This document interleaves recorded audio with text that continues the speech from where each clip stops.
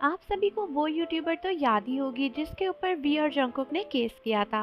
और दोस्तों, इस यूट्यूबर के ऊपर वी ने इल्ज़ाम लगाया था कि उन्होंने वी को डिफेम किया है।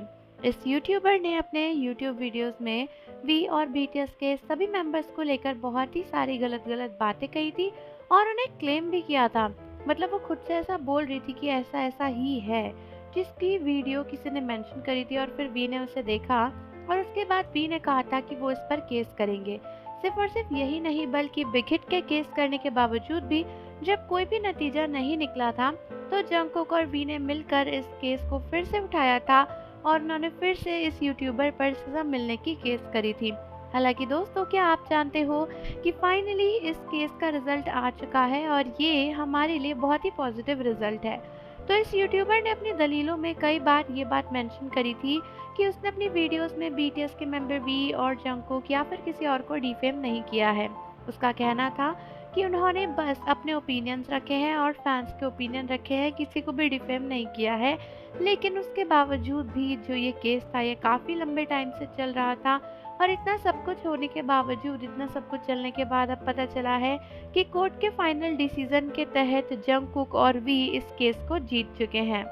यानी हमारे देखो की जोड़ी फिर से एक बार धमाल मचा चुकी है और दोनों ने प्रूव कर दिया है कि कोई भी हेटर बीटीएस के सामने नहीं टिक सकता। तो दोस्तों, इस यूट्यूबर को हराते हुए वी और जंगकुक अपना केस जीत चुके हैं और अब केस जीतने के बाद जो वी और जंगकुक हैं, उनके लॉयर ने डिमांड किया है कि इस यूट्यूबर को 4 साल की सज़ा हो, साथ ही साथ इसको ना काफ़ी भारी फाइन भी पे करना पड़े।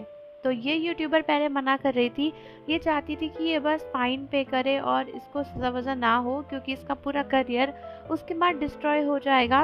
लेकिन टेकुक के लॉयर ने यही रिक्वेस्ट करी है कोर्ट में कि भाई इस यूट्यूबर को 4 साल की सज़ा दी जाए, साथ ही साथ इसे पेनल्टी और फाइन भी भरना पड़े, ताकि इसको रियलाइज़ हो कि दूसरों की लाइफ के साथ खेलकर कैसा लगता है। यही नहीं, बल्कि बीटीएस का ये भी कहना है कि वो चाहते हैं कि इसे रियलाइज़ हो कि भाई इन 4 सालों को सहने के लिए इसने क्या-क्या गलतियाँ करी हैं और आगे चल के ये ऐसा ना करे, क्योंकि अगर ये छूट गई तो फिर ये बाकी यूट्यूबर्स और बाकी के-पॉप आइडल्स की इंसल्ट करेगी, जो कि बहुत गलत बात है।